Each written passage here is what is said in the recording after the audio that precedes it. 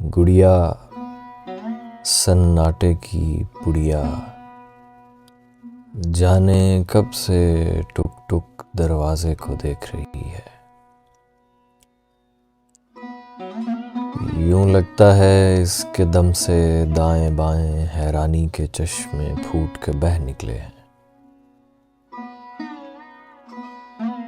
कल तक जिसका सीना बेखबरी की सुतवां चाप से गूंज रहा था,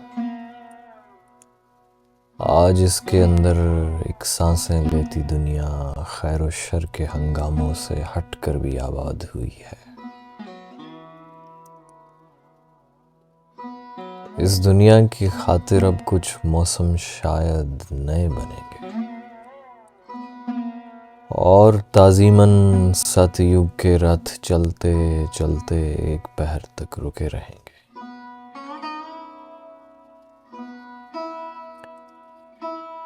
गुड़िया पुड़िया जाने कब से सर ने उड़ाए सोच रही है, ये सब क्या है।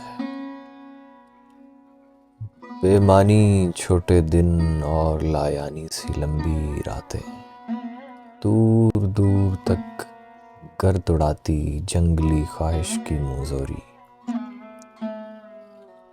घटती बढ़ती चुप का साया खींच के अपने आप को नींदों के सयाल से भरते रहना। रोजाना एक नई कहानी के किरदार से लगकर जुर्रा जुर्रा जीते रहना, मरते रहना। गुड़िया सन्नाटे की पुड़िया।